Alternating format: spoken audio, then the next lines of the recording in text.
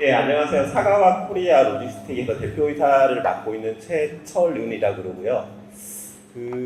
비도 오는데 멀리서 오시고 하셨을 거니까 그냥 편하게 음료수 드시면서 그냥 경청을 해주시면 감사하겠습니다. 참고로 지금 온라인 크로스보더 이커머스 시장에서 저희들이 차지하는 비중은요, 일본으로 진출하시려고 하시는 분들, 그리고 일본에 진출해서 현재 판매를 하시는 분들이 오늘 여기 와 계신 걸로 알고 있어서요.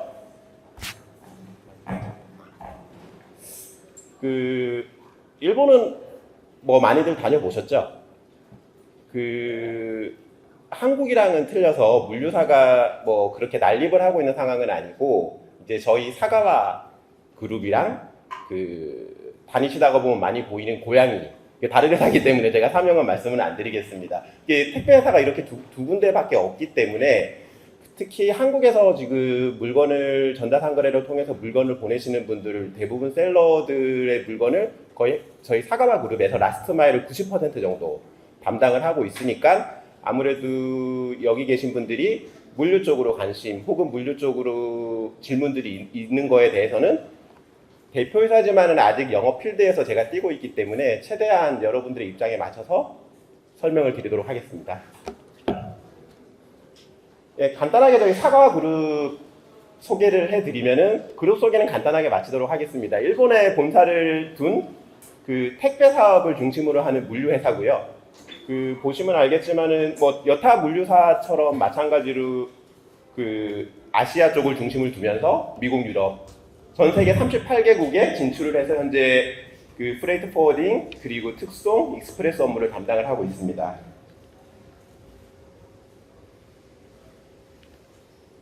예, 대충 이 정도 규모고요. 특이할 점은 이제 아프리카에도 최근에 진출을 해서 한국에서는 많이 없는지는 모르겠지만, 이제 물류비 때문에, 인건비 때문에 중국에서 동남아시아로, 서남아시아로 같은 물류 거점들이 최근에는 이제 아프리카로 가고 있어서 아마 아프리카에 물류 거점을 둔 유일한 회사지 않을까라고 지금 생각을 하고 있습니다. 회사 소개는 이렇게 간단하게 마치도록 하고, 그 다음에 이제 궁금하게 여기실 B2C, B2B, 아마 여기에서 아까 발표하셨던 쇼피파이나 데이터라이즈 시스템을 이용해서 훌륭한 자사모를 만들고 훌륭한 마케팅 활동을 하더라도 실제 물건을 어떻게 보낼지,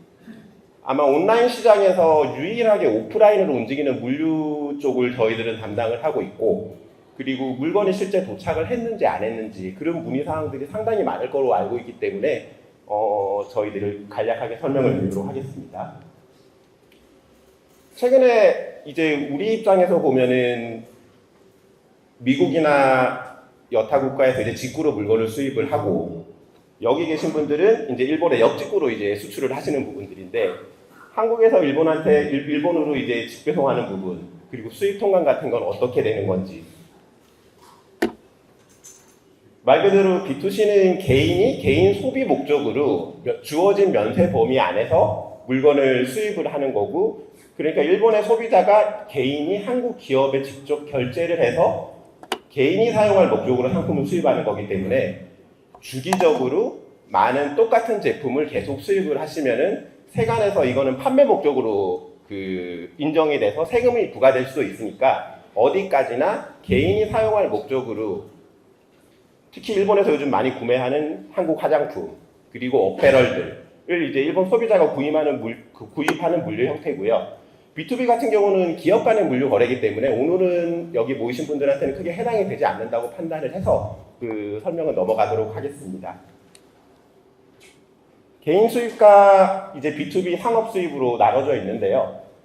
뭐 이렇게 봐서는 복잡하게는 되어 있는데, 궁극적으로는 이제 금지 제품들,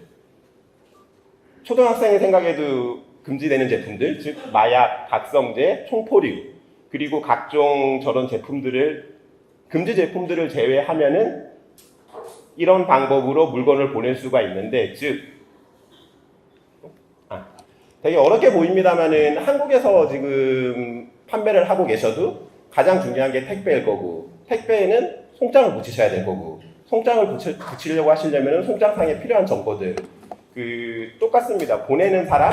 받는 사람, 이름, 주소, 전화번호, 아이템, 수량을 기재를 하면 되는 거고, 이제 거기에 맞춰서 이제 가장 큰 차이점은 크로스보더 이커머스이기 때문에 그 바다를 건너가서 비행기를 타고 바다를 건너가서 도착을 하기 때문에 한국에서는 수출 통관,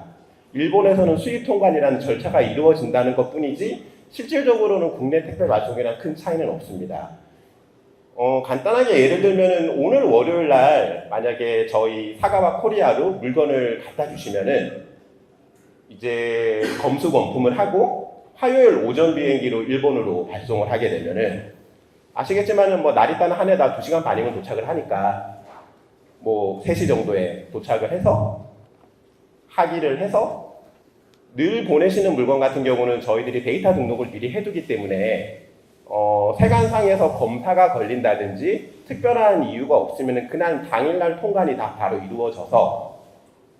발송 시작을 화요일 날 18시, 그래서 도쿄 수도권, 우리가 말하는 이제 관동 지역의 수도권에 해당되는 지역은 수요일 날 오전이면 배송이 완료가 된, 그러니까 월요일 날 저희 창고로 갖다 주신다는 가정하에 2.5일, 거기에서 조금 떨어진 오사카나 큐슈 같은 경우는 3일, 단 일본에서 유일하게 이제 비행기를 타고 건너가야 되는 오키나와를 제외하고는 3일에서 늦어도 4일이면은 물건이 다 배송이 되기 때문에 국내 특별항은 그렇게 리드타임적으로 큰 차이는 없을 거로 지금 판단이 되고 있고요. 여기서 그래 가장 중요하게 말씀드렸던 양국의 수입 통관, 수출 통관이니까 이 부분만 클리어만 되시면은 국내 택배처럼 빠른 리드타임으로 일본으로 소싱하신 제품들을 혹은 제조하신 제품들을 이제 배달을 할 수 있게 됩니다. 그래서 서머리 형태로 그냥 하나만 말씀드리면 주소 정보는 일본 같은 경우는 워낙 한자로 여러 가지 복잡한 내용들이 있지만은 그 명확하게 이제 일본어, 그러니까 한자가 포함된 일본어로 기재가 돼야 되고요. 뭐 판매 방법은 당연히 이제 B2C일 거고, 그리고 신고 가격 같은 경우는 즉 우리나라 면세 가격, 우리가 나이키 제품을 미국에서 이베이나 아마존에서 직구해서 사면은 대한민국 면세 범위는 150불이거든요. 일본은 16,666개. 그러니까 한국 면세 범위랑 환율에 따라 조금 차이는 있지만은 그 대동소이하다고 보시면 되고요.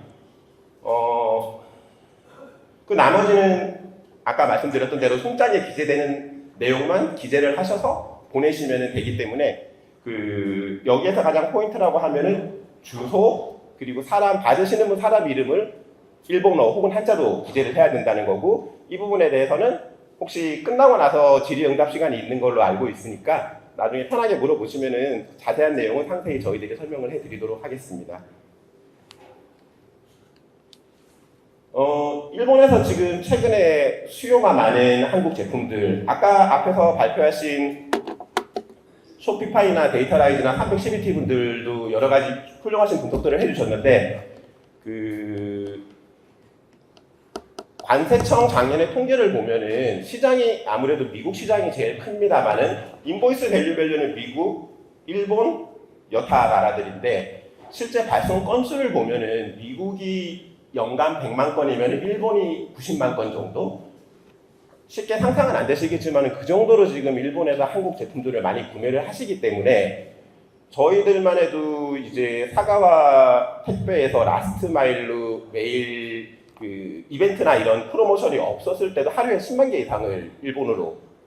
보내서 일본에서 각 개인 전국으로 배송을 하고 있기 때문에 어마어마한 제품들이 한국에서 일본으로 지금 수출이 이루어지고 있고, 그 대표적인 게 K-뷰티 화장품, 그리고 K-어페럴, 그리고 의류 제품들입니다. 뭐 여러 가지 제품들, 브랜드별, 여러분들이 생각하시는 모든 브랜드들, 그 올리브영에 입점된 모든 브랜드들은 현재 지금 일본에 수출이 되고 있다고 보시면 되고요.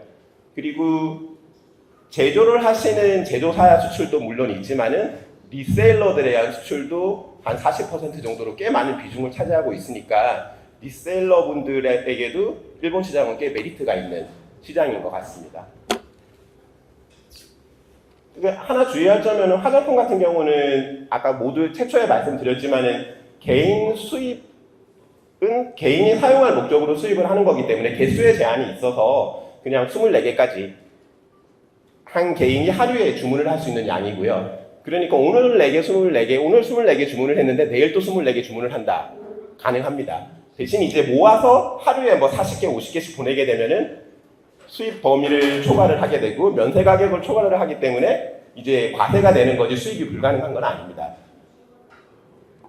그리고 일본 같은 경우는 실제적으로 화장품을 기업 간에 수출을 하려고 그러면은 약사법이라든지 약기법에 해당되는 내용이 많지만은 개인 수입 목적으로 내가 구입을 하는 거기 때문에 문제가 있으면 내가 책임을 지는 거기 때문에 특별히 뭐 일본은 표기라든지 그런 규정은 없고 그 면세 범위 금액과 그 아이템 개수만 주의를 하시면은 관세 없이 물건을 수출을 하실 수가 있습니다. 아까 말씀드렸던 약사법, 약기법 같은 경우는 실질적으로 B2B에서 많이 그 필요로 하는 그 라이센스나 허가가 되는 그 제품들이기 때문에 크게 B2C에서는 큰 의미는 없고 단 하나 한국에는 평상시에 많이 사용이 되는데 미백이나 안티에이징이라는 표현은 일본에서 의약 외품으로 취급이 되기 때문에 좀 B2G로는 발송하기 어렵다는 점만 주의를 해주시면 될 것 같습니다. 그리고 어페럴 같은 경우는 니트하고 우분에 따라서 관세율이 틀리기 때문에 주의를 하셔야 되는데 결과론적으로 일본 세관은 관세를 많이 걷기 위해서 웬만하면은 니트는 세금이 부과가 되는데 우분이어도 니트로 취급을 하고 거의 니트 우분에 대한 그 구분이 어떻게 되냐고 많이 문의를 하시는데 거의 세금이 부과가 된다고 보시면 될 것 같습니다. 이게 니트하고 우분의 명확한 규정이 사실은 뭐 귀에 걸면 귀걸이고 코에 걸면 코걸이듯이 일본 세관 직원들의 판단이기 때문에 자국에 세금을 걷기 위해서 대부분 부과를 하더라고요. 그래서 그 부분만 참고를 해주시면 되고 또 밑에 상표권에 관련된 라이센스 관련된 저희들이 소위 말하는 짝퉁 제품은 이제 수입이 불가하다는 점, 뭐 당연한 거겠지만 참고 부탁드리겠습니다. 마지막 사례인데요. 이게 저희들이 취급하는 이제 오호라 제일레일 제품인데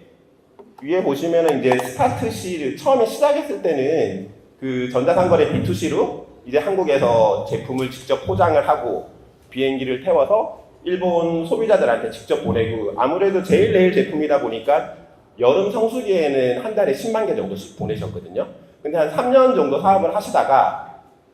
코로나가 끝나고 양국 간에 이제 왕래가 다시 좀 시작되고 그리고 환율이 800원대 후반, 900원대 초반이 되면서 재고를 그냥 아예 일본으로 가지고 가셔서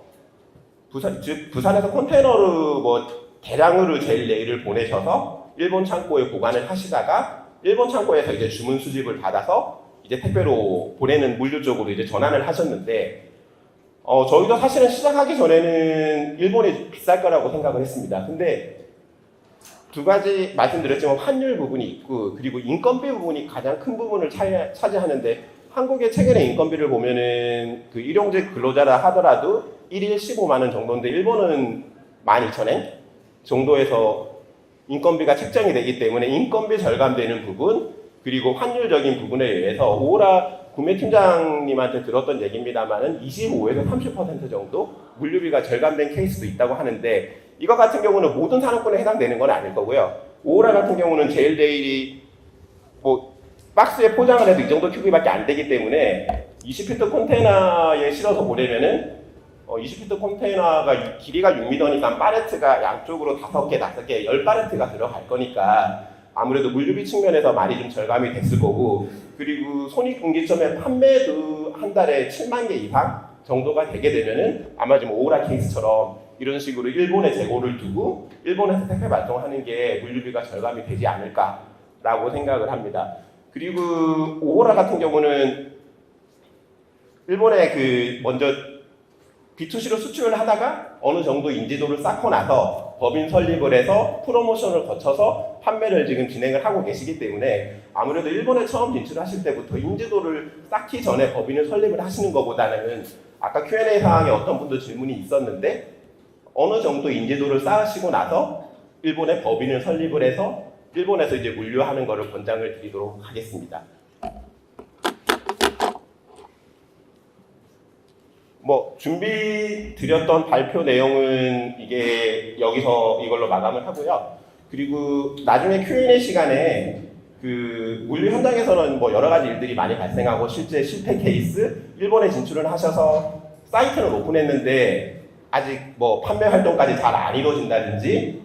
그리고 일본 소비자의 성향이라든지 뭐 주의할 점들 여러 가지 질문들이 있을 수 있을 거라고 생각하는데, 나중에 Q&A 시간에 문의해 주시면은 저희 일본에서도 저기 출장 와서 직원들이 지금 같이 저랑 같이 상주해 있으니까 아는 범위 안에서 편하게 대답드리도록 하겠습니다. 예, 이상 발표 마치도록 하겠습니다.